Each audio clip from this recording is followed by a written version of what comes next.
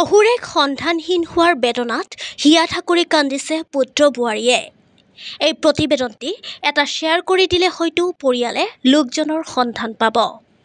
ৰূপহীহাটৰ লতানি চাপৰিত এগৰাকী মানসিক বিকাৰগ্ৰস্ত লোক সন্ধানহীন হৈছে। যোৱা 5 দিন ধৰি নিৰুদ্দেশ হৈ আছে আব্দুল জব্বাৰ। নিৰুদ্দেশ হোৱা ঘটনাক কেন্দ্ৰ কৰি সমগ্ৰ অঞ্চলজুৰি চাঞ্চল্যই বিৰাজ কৰিছে। মানসিক বিকাৰগ্ৰস্ত আব্দুল জব্বাৰ ঘৰৰ পৰা ওলাই যোৱাৰ পিছৰে পৰাই নিৰুদ্দেশ হৈ আছে। 60 বছৰৰো ঊৰ্ধ্বৰ ব্যক্তিজন নিৰুদ্দেশ হোৱাত দুশ্চিন্তাত ভুগি আছে পৰিয়ালটোৱে। যদি কোনো সদাশয় ব্যক্তিয়ে লোকজনৰ সন্ধান পায় তেন্তে 6001133152 অথবা 8099539312 নম্বৰত যোগাযোগ কৰিব। সংবাদ মাধ্যমৰ যোগেদি অসমবাসীলৈ পৰিয়ালৰ কাতৰ আহ্বান। ঘটনা সন্দৰ্ভত কাৱৈমাৰী আৰক্ষী চকীত এখন লিখিত জাননী দিয়ে পৰিয়ালৰ লোকে। News desk any Assam digital. ঠাইখিনিৰ নাম কি? লটানি চাপৰি। কি হৈছে ঘটনাটো?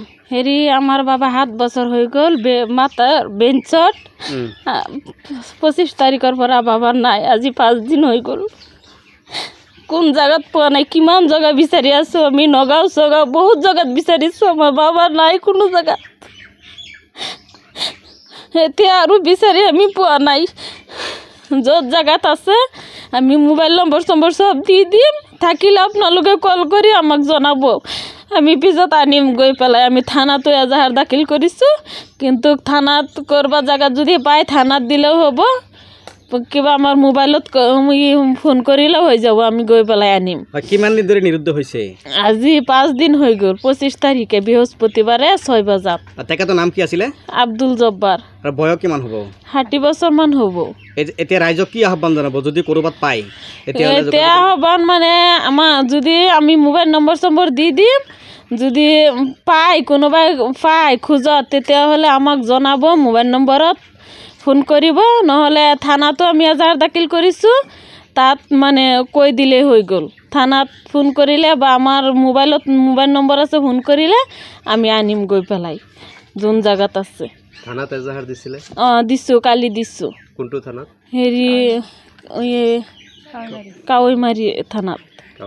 মানুহজন এনে সুস্থ আছিল নে মানসিকভাৱে? নাই, যেতিয়া ভাল লাগে তেতিয়া সুস্থ হিচাপে কথা কয়, আৰু যেতিয়া তাৰ মাথা দিগদাৰ লাগে তেতিয়া উল্টা পাল্টা কিবা গালি গালাজ পাৰে আৰু ঘৰত নাথাকে। কিবা মানসিক টেনচনত ভুগি আছিল? নাই, এনেই 7 বছৰমান হৈ গ'ল এনেকুৱা হৈছে।